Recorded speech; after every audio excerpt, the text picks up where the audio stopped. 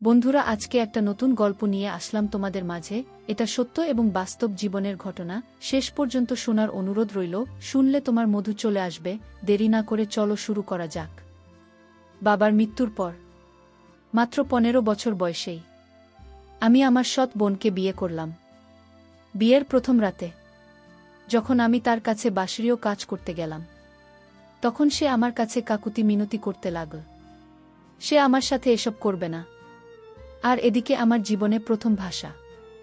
এই মুহূর্তটা কি হাতছাড়া করা যায়? যদিও তার বয়স অল্প, কিন্তু আমার তো 27 বছরের স্বপ্ন।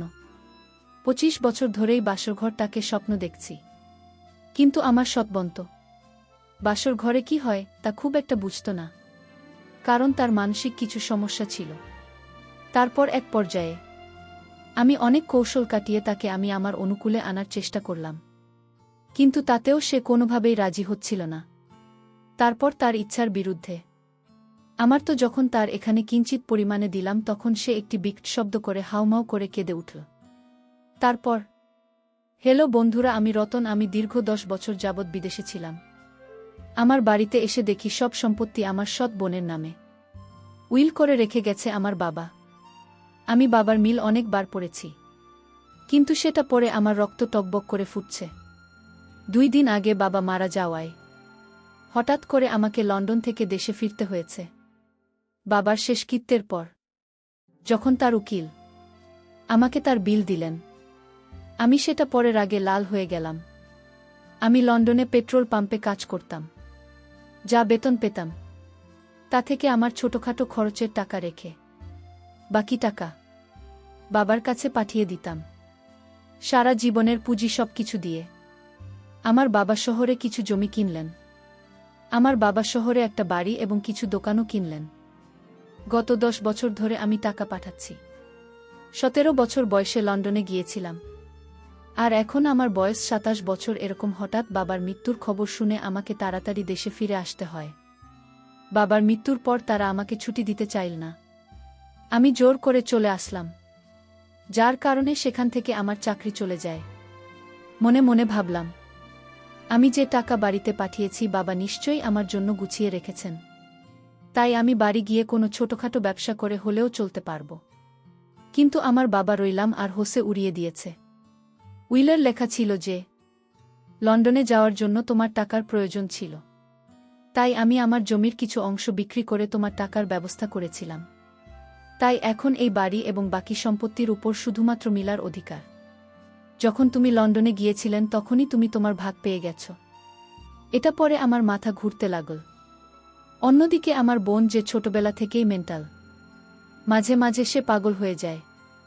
যদিও আমার সৎ বোন, আমার বাবা কিভাবে তাকে তার সমস্ত সম্পত্তি দিয়ে গেলেন তা ভাবতে ভাবতে আমি প্রায় পাগল হয়ে যাচ্ছিলাম। একটিবারও বাবা আমার কথা ভাবলেন না। বিলের সমস্ত দলিলপত্রাদি ঘেটে আর একটু অংশে পরে দেখলাম শুধুমাত্র সম্পত্তি নয়, আরেকটি শর্ত দিয়ে দিয়েছেন বাবা।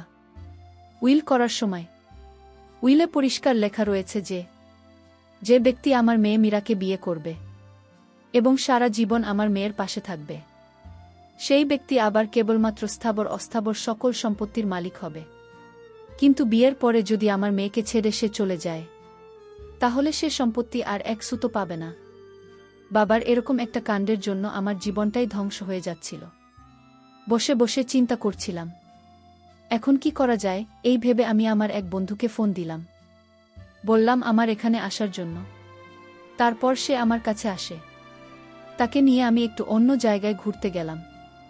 ঘোরার সময় তাকে আমি শেয়ার করলাম সম্পূর্ণ বিষয়টা। শুনে আমার বন্ধু আমাকে বলল যে রতন, তোর কাছে এখন একটি সমাধান আছে। তারপর আমি বললাম কি সমাধান? সে বলল, তুই তো সৎ বোনকে বিয়ে করে নে, তাহলে তোর সকল সম্পত্তি আবার তোর হাতে ফিরে আসবে। বন্ধুর মুখে এরকম ধরনের কথা শুনে আমি কিছুটা হকচকিয়ে গেলাম আর বললাম, বন্ধু, এটা কি করে সম্ভব? সে তো আমার বোন। সে বলল, বোন হলে কি হবে? সে তো তোর আপন বোন না, সে তো সৎ বোন, আর সৎ বোনকে বিয়ে করা যায়। আমি আমার বন্ধুকে বললাম, বন্ধু, সে আমার সৎ বোন ঠিক আছে, কিন্তু যখন আমার বাবা আমার মা মারা যাওয়ার পর দ্বিতীয় বিয়ে করে, তারপর থেকেই তাদের সাথে আমার সম্পর্ক ভালো নেই। কোনোভাবে ভালো নেই। এখন আমি তাকে কিভাবে বিয়ে করব? তারপর আমার বন্ধু বলল, যদি তুমি তাকে বিয়ে না করিস তাহলে তোর বাড়ির অংশ পাবি না, আর তোর বাবার সমস্ত স্থাবর অস্ত্র সকল সম্পত্তি যে মীরাকে বিয়ে করবে সে পেয়ে যাবে। সুতরাং তোর কাছে এখন একটি রাস্তা, তুই মীরাকে বিয়ে করে নে আর মিলাকে ভালো ডাক্তার দেখা, তাহলে দেখবে তোর ভালোবাসা পেয়ে সে ঠিক হয়ে যাবে। বন্ধুর এরকম ধরনের কথা শুনে মনে মনে সিদ্ধান্ত নিলাম, আমি তো নিরুপায়, এখন আমি কি করব? মীরাকে বিয়ে করা ছাড়া আমার আর কোনো উপায় নেই। তারপর এক পর্যায়ে আমি আমার সৎ বোনের সাথে বিয়ের পিঁড়িতে বসতে বাধ্য হলাম। অবশেষে আমাদের বিয়েটা হয়ে গেল। বিয়ের প্রথম রাতে যখন আমি তার কাছে গেলাম, সে আমাকে কোনোভাবেই বাসারের কাজ করতে দেবে না। অর্থাৎ সে কিছুটা মেন্টাল টাইপের ছিল। সে বুঝত না ভালোবাসা কাকে বলে এবং কিভাবে ভালোবাসতে হয়। বাসর ঘরে অনেক কৌশল করেও কোনো কাজ হচ্ছিল না। তার কাছ থেকে কোনোভাবেই আমি কোনো কিছু আদায় করতে পারছিলাম না। মূলত আমার সৎ বোন ছিল কিছুটা মেন্টাল টাইপের। সেখানে আমি যখন তার উপর কোনো কিছু করতে চাইতাম তখন সে চিৎকার চেঁচামেচি করত।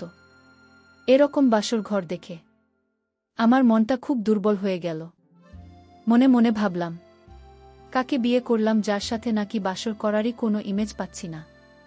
আর প্রকৃতপক্ষে বন্ধুরা, আমার সৎ বোন যদিও সে পাগল, কিছুটা মেন্টাল, কিন্তু বাবা তাকে অনেক আদর করতেন, তার প্রতি অনেকের নিতেন। তার সৌন্দর্য, কিন্তু অনেক তার সৌন্দর্য দেখে যে কেউ পাগল হয়ে যাবে। লাল টুকটুকে শাড়ি পরে আমার সৎ বোন যখন আমার বাসর ঘরে বসে রইল, তার সৌন্দর্য দেখে আমার মাথা গরম হয়ে গেল। আস্তে আস্তে তাকে অনুকূলে আনার চেষ্টা করছি, কিন্তু কোনোভাবেই পারছি না। হঠাৎ করে মাথায় একটি বুদ্ধি আসলো। মিলা একটা সুস্থ মস্তিষ্কের লোক না। ভাবলাম তাকে একটি বুদ্ধি খাটালে আমি আমার অনুকূলে আনতে পারব। হঠাৎ করে আমি একটি বিদেশি চকোলেটের বক্স হাতে নিলাম এবং চকলেট আমার হাতে নিয়ে বললাম, মিলা, এটি তোমার জন্য। মিলা কিন্তু চকলেট খুব পছন্দ করত। আমি তাকে চকলেট দিয়ে দিব, সে আমার কাছ থেকে চকলেট কে নেবে। ঠিক এই মুহূর্তে বললাম, তুমি যদি আমার সাথে একটি কাজ করো তাহলে তোমাকে এই সবগুলো চকলেট আমি দিয়ে দিব। সে বলল, সত্যি ভাইজান, আমাকে সবগুলো চকলেট দিয়ে দিবে? আমি বললাম, হ্যাঁ, তোমাকে সবগুলো চকলেট দিয়ে দেব এবং আরও অনেক অনেক কিছু দিব, কিন্তু তোমাকে যে একটি কাজ করতে হবে। সে বলল, ভাইরা কি কাজ? আমি বললাম, মিলা, এখন থেকে 2 ঘন্টার ভিতরে আমি তোমাকে যা যা বলবো তুমি তাই করবে, তাহলে তোমাকে এই যে পুরো বক্সের চকলেট দিয়ে দিব। মিলা বলল, সত্যি ভাইজান? ঠিক আছে, যাও, তুমি আমার সাথে যা যা মন চাই তা করো, কিন্তু তারপর আমাকে চকলেটগুলো দিয়ে দেবে। আমি বললাম, আচ্ছা ঠিক আছে। তারপর মিলাকে আমি আপন করে নেওয়ার জন্য আস্তে আস্তে তার সাথে ঘনিষ্ঠ হতে চাইলাম। প্রথমে একটু ইতস্তত বোধ করল, তারপর তাকে আস্তে আস্তে আমি প্রস্তুত করার চেষ্টা করলাম, আর কিছু কিছু মানে উচ্চাকাঙ্ক্ষী করার চেষ্টা করলাম, যাতে সে আমার প্রতি কিছুটা দুর্বল হয়। কিন্তু আমি তো একটা জায়গাতে খুব অবাক হয়ে গেলাম। বন্ধুরা, যদি আমার বোন কিছুটা মেন্টাল টাইপের ছিল, কিন্তু তার এখানে যে এত মজা লুকিয়ে আছে তা আমি আগে কখনো ভাবতে পারিনি। যখন আমি বিভিন্ন ইশারা ইঙ্গিতে তাকে আমার পজিটিভ লাইনে আনতে শুরু করলাম, তখন সেও দেখি আস্তে আস্তে তার অবস্থান পাল্টাতে শুরু করল। সে আমার প্রতি দুর্বল হয়ে যেতে লাগল, আর কেমন জানি নিঃশ্বাস নিতে লাগল আর উদাস হতে লাগল। বুঝতে পারলাম আমার টেকনিক কাজ হয়েছে। এভাবে প্রায় 20-25 মিনিট তাকে আকর্ষিত করার পর আস্তে আস্তে যখন আমি তার এখানে অবস্থান নিতে শুরু করলাম, যখন তার এখানে আমি পূর্ণ নিয়ন্ত্রণ নিতে শুরু করলাম, তখন আমি তাকে ভালো করে দেখলাম।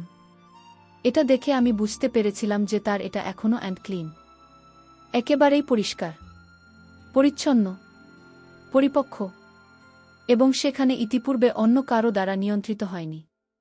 যদিও বিয়েটা আমি মন থেকে করি নাই, তারপরও তাকে দেখে, তার ওই সৌন্দর্য দেখে আমি তার জন্য পাগল হয়ে গেলাম। রাত্রি তার সাথে স্মরণীয় করে কাটানোর চেষ্টা করলাম। এই ভেবে ভেবে আমি যখন প্রথম তার উপর নিয়ন্ত্রণ নিতে যাব, আমার এটা মাত্র কিঞ্চিত পরিমাণ তার এখানে গেলা এমন সময় সে অনেক জোরে একটা শব্দ করে উঠে বলল, ভাইজান, আমি তো মরে যাচ্ছি, আমার খুব কষ্ট হচ্ছে। তারপর আমি ভাবলাম, এই আমার সুবর্ণ সুযোগ, এখন যদি আমি তাকে ছেড়ে দেয় তাহলে হয়তো আর কখনো এই সুযোগ আমি পাব না। এই বলে আমি তার উপর পুরো নিয়ন্ত্রণ আনার চেষ্টা করলাম।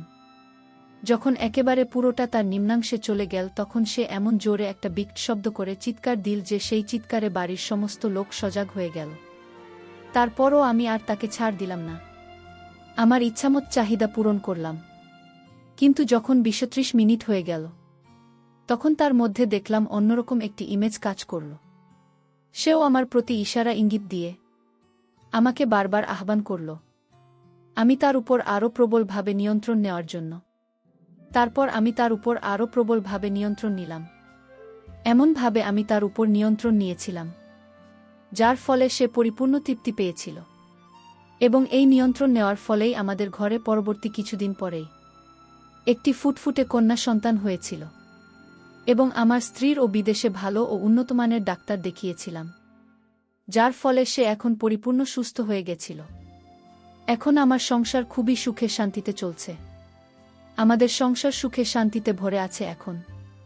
প্রিয় বন্ধুরা, তোমাদেরকে সর্বশেষ একটি কথাই বলবো, বিশেষ করে প্রবাসী ভাইদেরকে একটি কথাই বলবো। তোমরা তোমাদের সারা জীবনের কষ্টের অর্থ তোমরা কার কাছে দিচ্ছ, যদিও সে তোমাদের পিতা মাতা অথবা কেউ একজন হয়, অবশ্যই টাকাটা কিভাবে ব্যয় হচ্ছে তা তোমরা নিশ্চিত করে দেবে। না হলে হয়তো আমার মতো তোমাদের কেউ এমন বিপদে পড়তে হবে। যদিও আমি সেখান থেকে পরবর্তীতে উদ্ধার হতে পেরেছিলাম, কিন্তু তোমরা হয়তো সেখান থেকে না উদ্ধার হতে পারে, সারা জীবনের গ্লানি ভুগতে হবে। বন্ধুরা, আজকে এই পর্যন্তই। আবারও আসব তোমাদের মধ্যে নতুন কোনো ভিডিও নিয়ে। ভিডিওটি যদি তোমাদের ভালো লাগে তাহলে একটি লাইক দাও। প্রতিদিন আমি তোমাদেরকে একটা করে নতুন গল্প উপহার দিব, তাই তোমাদেরকে অনুরোধ করে বলছি, তোমরা যদি এরকম ধরনের ইন্টারেস্টিং গল্প পেতে চাও তাহলে দয়া করে আমার চ্যানেলটি সাবস্ক্রাইব করো। পরিশেষে তোমাদের সকলের সুস্বাস্থ্য কামনা করি। ভিডিওটি দেখার জন্য তোমাদের সকলকে অসংখ্য ধন্যবাদ।